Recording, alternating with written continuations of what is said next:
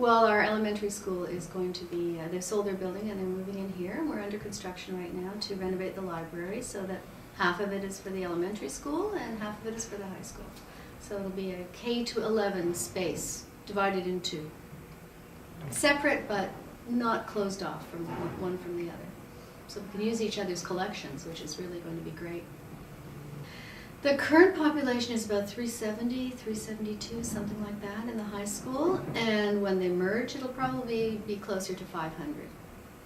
Well, the history of the school, which is 100 years old now, began as a Hebrew/Yiddish school to support the groups of immigrants who came into, the Jewish immigrants who came into Montreal during the early part of the last century. And the main languages were Hebrew and Yiddish. Yiddish, the spoken language, but was also a very literary language, and Hebrew, and English, and of course French. So we had until presently a collection in all of those languages.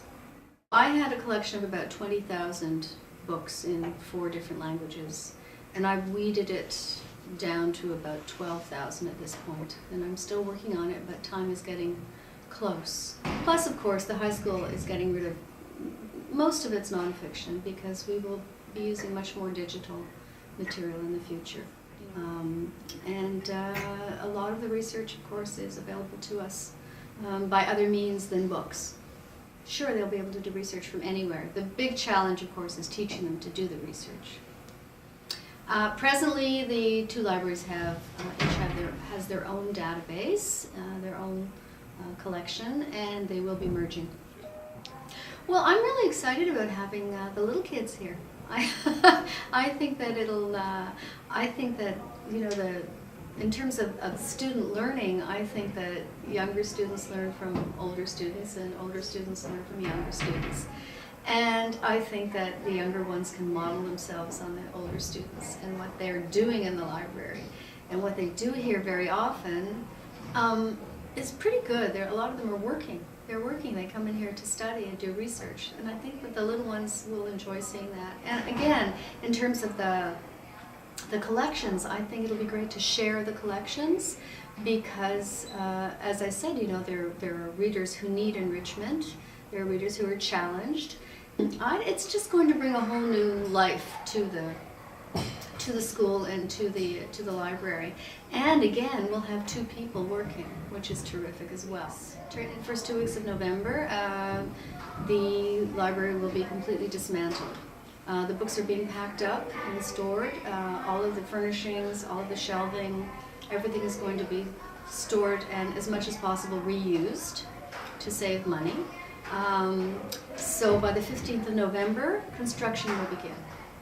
And it's supposed to take 4 to 6 weeks. I expect sometime mid-January they'll be able to start putting the library back together again.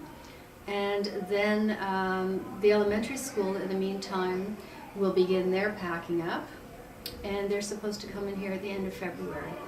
So that's the basic timeline. So sometime the end of February, beginning of March, we'll have the 2 libraries together.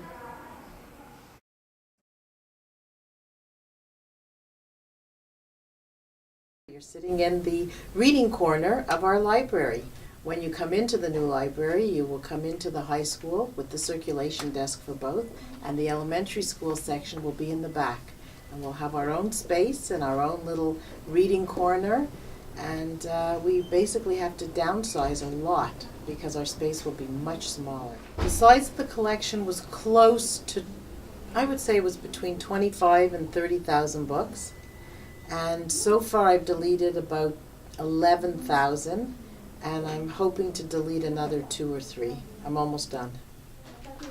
I'm hoping the space is about the size that we see right here. The only difference will be is I'll have the 2 little shelves, and I'll have my beanbag chairs because it will work as a story center and a cozy corner. No matter how you plan it, when you bring your boxes in, it's going to take at least another 2 weeks because you're going to have to change and you're going to have to rethink. And I'm hoping to avoid that for my portion of the move by going in there once a week and continuously seeing and thinking and planning. Because even here, They're taking away all of my low blue shelves here in the first week of December. I'm not putting the books in boxes. I need my books. I have to take everything that's against the wall and shift it. Because I want to keep the books for the children and the teachers. So I have to shift it. So that's already one shift. Oh, think it through a lot. A lot. Know your space. Know your kids. Know the curriculum. Make sure before you move, like right now I have this library, correct? I always stamp the due dates in the books. Like this, at a glance, I can see if it's popular or not. And then you know what you have to read and what you don't have to read. And just keep thinking it through. And don't care what anyone else thinks.